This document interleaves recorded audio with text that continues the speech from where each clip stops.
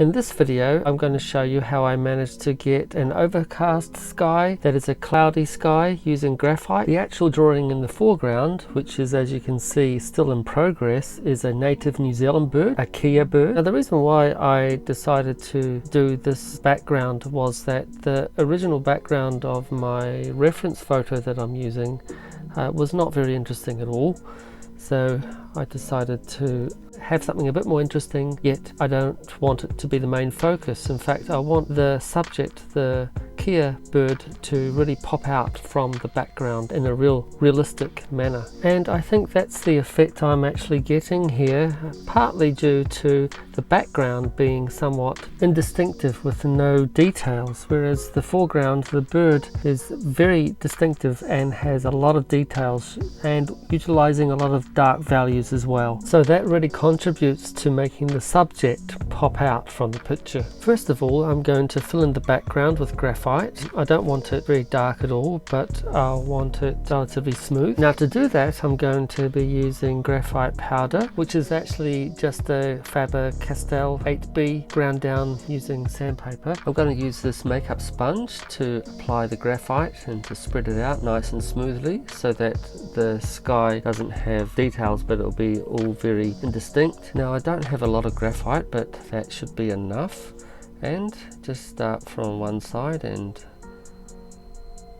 spread it across very smoothly, as you can see. Just going in the horizontal direction, which kind of mimics the way clouds are going to look in real life.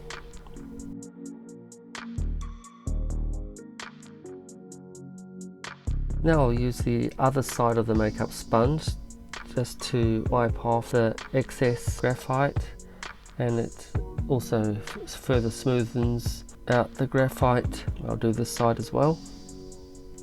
And by now it starts to look like indistinct clouds, which is really the kind of effect we're after. It's darker at the top because that's where I started. However, with it being lighter towards the horizon, that is actually more natural and probably a good reason to start from the top. I'll just blow away some eraser crumbs here and any loose graphite. Actually, this is a dropper, very inexpensive dropper for aquariums. So I can still see, although the camera probably isn't picking it up very well, I can still see the outline of the bird. Because the graphite isn't very dark, or not a lot of graphite, so I'm just using the eraser pen here just to retrieve the outline. If you use darker graphite, well, I advise that you use masking fluid, which I have another video about that. Anyway, that's how I managed to put in the overcast sky, and as you can see, it really helps the main subject, the kea bird, stand out, pop out from the picture. If you want to see a video about how to use masking fluid, click here. And if you want to see other related videos, click here.